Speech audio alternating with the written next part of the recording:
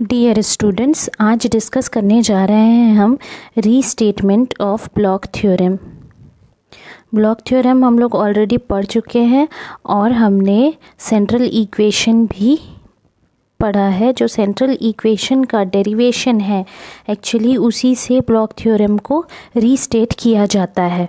तो हमने जो सेंट्रल इक्वेशन पढ़ा था, सबसे पहले हम सेंट्रल इक्वेशन को लिखते हैं। यहाँ पर हमारे पास जो सेंट्रल इक्वेशन आया था वो था लैम्डा के माइनस एप्सिलॉन सी के प्लस समेशन जी यू जी सी के minus G is equals to zero. ये था हमारे पास सेंट्रल इक्वेशन।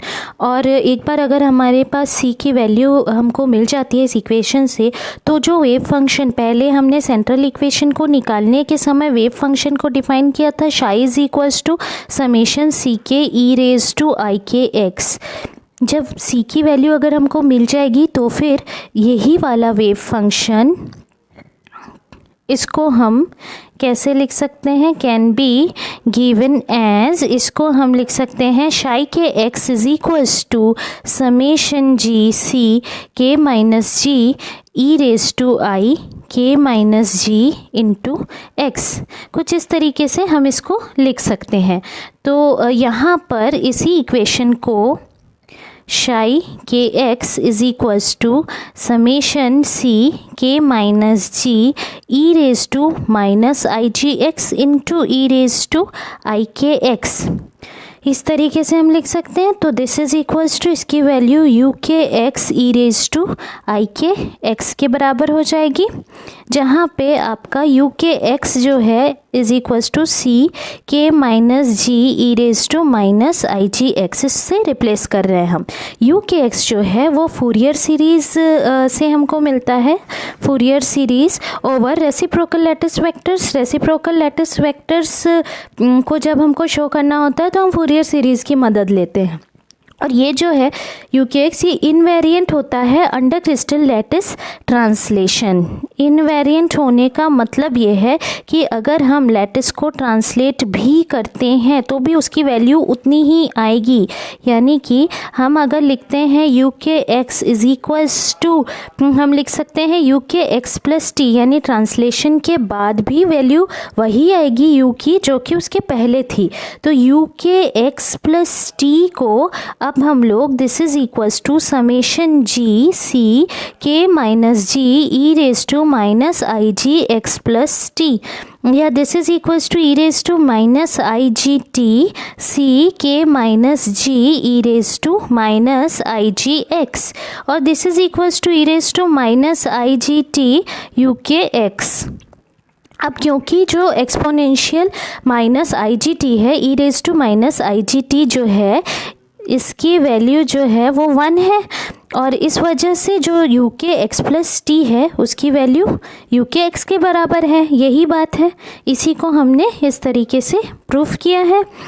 तो इससे ये पता चलता है कि जो यू के एक्स है वो एक्चुअली पीरियोडिक है, और इस तरीके से हम एक ऑल्टरनेट प्रूफ दे सकते हैं ब्लॉक थ्योरम का। ठीक है, तो यहाँ पर ब्लॉक थ्योरम को तो अल्टरनेटली हम प्रूफ कर ही सकते हैं ये बता करके कि क्रिस्टल स्ट्रक्चर इनवेरिएंट होता है अगर हम ट्रांसलेट करते हैं तो, और साथ में यहाँ से हम अब डिफाइन करेंगे इलेक्ट्रॉन के क्रिस्टल मोमेंटम को।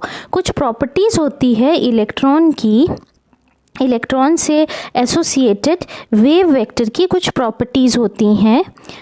तो क्रिस्टल मोमेंटम ऑफ इलेक्ट्रॉन, तो वेव वेक्टर्स की कुछ प्रॉपर्टीज़ होती है जिनको यूज़ करके ब्लॉक फंक्शन को लेबल किया जाता है। तो कैसे किया जाता है, हमने कहा क्रिस्टल लैटिस ट्रांसलेशन जब हम करते हैं, यानी आर को अगर हम आर प्लस टी लिखते हैं तो शाई के are plus t is equals to आपके पास हो जाता है ई raise to I K T into E raise to I K R U K are plus T. Simply हमने आर की जगह आर प्लस टी लिखा है, तो इसको भी हम क्या लिख सकते हैं, ई raise to I K T, और ये वाले पूरे को क्या लिख सकते हैं, शाई के आर। क्यों लिख सकते हैं, क्योंकि you K are plus T जो है वो तो यू के आर के ही बराबर होगा।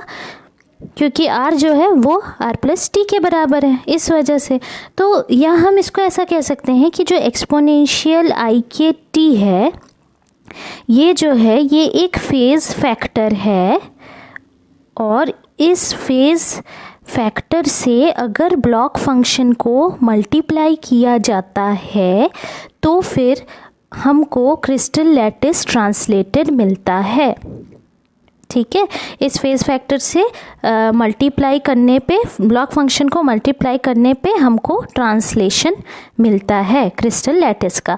दूसरी बात, अगर जो लैटिस पोटेंशियल है उसकी वैल्यू ज़ीरो हो जाती है सेंट्रल इक्वेशन में, तो सेंट्रल इक्वेशन हमारा क्या था, लैम्डा के माइनस एप्सिलॉन सी के प्लस समेशन यू जी सी के minus g is equals to zero, ये था। अब यहाँ पे हम कह रहे हैं कि अगर पोटेंशियल ज़ीरो हो जाता है, यानी ये वाला फैक्टर ज़ीरो हो जाता है, तो आपको मिलेगा लैम्डा के माइनस एप्सिलॉन इंटू सी के इज इक्वल्स टू ज़ीरो। तो यानी सी के माइनस जी जो है आपका वो ज़ीरो है एक्सेप्ट सी के, और यू के आर जो है वो कांस्टेंट है। और हमारे पास फ्री इलेक्ट्रॉन्स के लिए क्या होता है, शाई के R is equals to E raise to I K R. ये जो के है इसका बहुत बड़ा रोल है, ये वेव वेक्टर का बहुत बड़ा रोल है, या इसकी एक प्रॉपर्टी है कि ये कंजर्वेशन लॉ में एंटर करता है, उस कंजर्वेशन लॉ में एंटर करता है जो कि कोलिजन प्रोसेस, जो क्रिस्टल के अंदर कोलिजन होता है इलेक्ट्रॉन्स का, उस कोलिजन प्रोसेस को जो गवर्न करता है, उस कंजर्वेशन लॉ में ये वेव वेक्टर बहुत इम्पॉर्टेंट रोल प्ले करता है। तो कैसा रोल प्ले करता है ये, कि जो है अगर हमारे पास जो एक इलेक्ट्रॉन है, इलेक्ट्रॉन का वेव वेक्टर जो है वो एब्जॉर्ब हो जाता है कोलिजन में, इलेक्ट्रॉन का वेव वेक्टर के ये क्या हो गया, एब्जॉर्ब हो गया अगर कोलिजन में। तो एब्जॉर्ब होने से ये जो है एक एमिट करता है फोनॉन जिसका वेव वेक्टर क्यू होगा। तो फिर यहाँ पर k plus q is equals to k dash plus g, ऐसा सिलेक्शन रूल दिया जाता है। और इस प्रोसेस में जो इलेक्ट्रॉन है वो स्कैटर्ड हो गया के से के डैश स्टेट में, और रेसिप्रोकल लैटिस वेक्टर उसमें क्या जुड़ गया, जी जुड़ गया। तो इस तरीके से हम ये कह सकते हैं कि ये जो एच क्रॉस के अगर हम यहाँ पे निकालना चाहें एच क्रॉस के, वो कहलाता है आपका उस इलेक्ट्रॉन का क्रिस्टल मोमेंटम इस पूरे कंजर्वेशन प्रोसेस के अंदर। जहाँ पर कि हमने कैसे कंजर्वेशन लॉ को यहाँ पर देखा, जब हमने एक कोलिजन का प्रोसेस लिया और उस कोलिजन प्रोसेस में एक इलेक्ट्रॉन का जो वेव वेक्टर है वो एब्जॉर्ब हो जा रहा था, और उसके एब्जॉर्ब होने से एक फोनॉन मिला जिसका वेव वेक्टर जो है वो क्यू था। तो फिर k plus q is equals to k dash plus g, ये हो जाएगा हमारे पास सिलेक्शन रूल। और यहाँ पे जो फैक्टर हमको मिलेगा एच क्रॉस के, वो कहलाएगा crystal momentum of electron, electron का क्रिस्टल मोमेंटम। तो इस तरीके से हम वेव वेक्टर के की सहायता से बहुत सारे फैक्टर्स को डिफ़ाइन कर सकते हैं। पहला तो हमने एक्सपोनेंशियल आई के टी जो है उसको कहा कि वो एक फेज़ फैक्टर है, जिससे ब्लॉक फंक्शन को हम मल्टीप्लाई करें तो हम देखेंगे कि क्रिस्टल लैटिस का ट्रांसलेशन हो गया, शाई के आर प्लस टी शाई के आर के बराबर हो जाएगा, क्योंकि r जो है वो r प्लस टी के बराबर है। दूसरा हमने ये देखा कि अगर लैटिस पोटेंशियल वैनिश हो जाता है तो फिर psi k r is equals to simply हमको e raise to I K are मिलेगा, जैसे कि फ्री इलेक्ट्रॉन के लिए हमको मिलता है, क्योंकि लैम्डा के माइनस एप्सिलॉन इंटू सी के की वैल्यू जो है वो ज़ीरो हो जाएगी। तो सी के माइनस ज़ीरो की वैल्यू जो सी के माइनस जी की वैल्यू जो है वो ज़ीरो हो जाएगी। ठीक है, तो इस तरीके से हम ये देख सकते हैं कि कैसे हम क्रिस्टल मोमेंटम को डिफ़ाइन कर सकते हैं। तो आज के लिए इतना ही। अगर ये वीडियो आपको पसंद आया तो शेयर, लाइक, सब्सक्राइब करना ना भूलें। अगर आपको कोई भी डाउट है तो कमेंट सेक्शन में पूछ सकते हैं। Thank you.